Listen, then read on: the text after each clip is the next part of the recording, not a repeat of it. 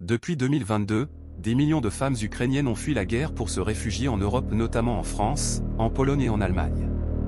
L'Union européenne leur a accordé la protection temporaire, TPD, permis de séjour, accès au travail, à la santé, à l'école. Mais ce droit a un prix, si elles retournent en Ukraine, elles perdent automatiquement leurs droits en Europe. Cette vidéo remonte la piste des contraintes réelles, des freins invisibles, et des non-dits des agences matrimoniales et des sites de rencontres. Vous allez comprendre pourquoi, parfois, l'amour se transforme en stratégie de survie. La directive TPD offre un cadre légal souple, mais conditionne statut et droit à la non-retour prolongé en Ukraine. En France, la protection a été prolongée jusqu'en mars 2026, permettant une stabilité légale temporaire. Source d'information Euronews.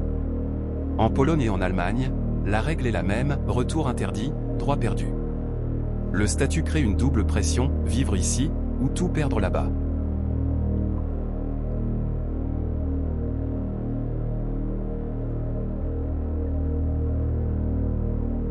France. Parmi les bénéficiaires de protection temporaire, 17 438 ont trouvé un emploi, 44% en CDI, 47% en CDD, 26% dans l'hôtellerie-restauration. Source d'information UNHCR. Une autre étude montre qu'un an après l'obtention du statut, 42% des réfugiés travaillent, 4 ans plus tard, 63% sont employés, mais souvent dans des métiers peu qualifiés.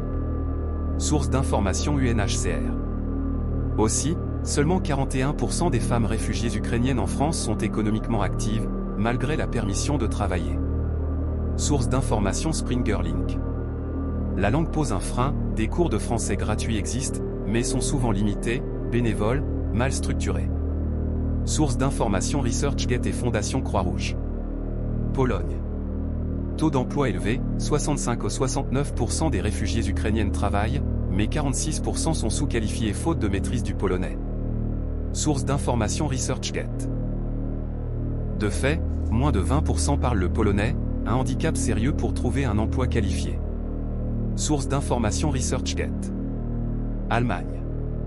Insertion difficile, taux d'emploi chez les femmes ukrainiennes très bas, entre 18% et 27%. Source d'information ResearchGate. Les aides sociales relativement généreuses peuvent diminuer l'urgence de travailler, retardant l'intégration. Source d'information ResearchGate.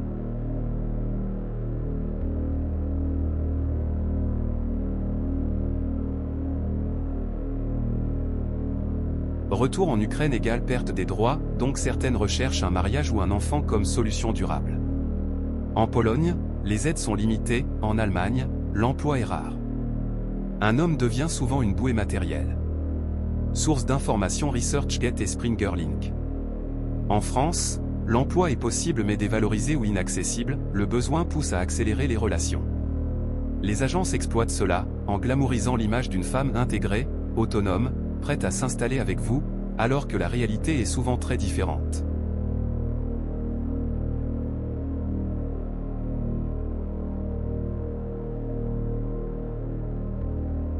Les agences et sites de rencontres mettent en avant des profils idéaux, professionnels, francophones, intégrés. Une vitrine trompeuse. Elles ne parlent pas de la réalité, peu d'emplois stables, peu de langue, logement précaire, perte potentielle des droits en cas de retour. En France, les postes occupés sont souvent précaires, restauration, entretien, actes manuels. Source d'information, UNHCR et Fondation Croix-Rouge. En Pologne et en Allemagne, les conditions de travail peuvent être abusives ou en dehors du cadre légal. Source d'information, Reddit. Les chiffres sont clairs, peu parlent la langue, beaucoup travaillent en dessous de leur qualification, et d'autres n'ont d'autre choix que d'anticiper une relation comme solution. Les agences, sites de rencontres, elles, vous séduisent, sans dévoiler les vérités. Si vous souhaitez aimer réellement, exigez la transparence, parles-tu la langue? Travailles-tu? Pourquoi cette urgence? L'amour existe. Mais il mérite d'être éclairé, pas manipulé.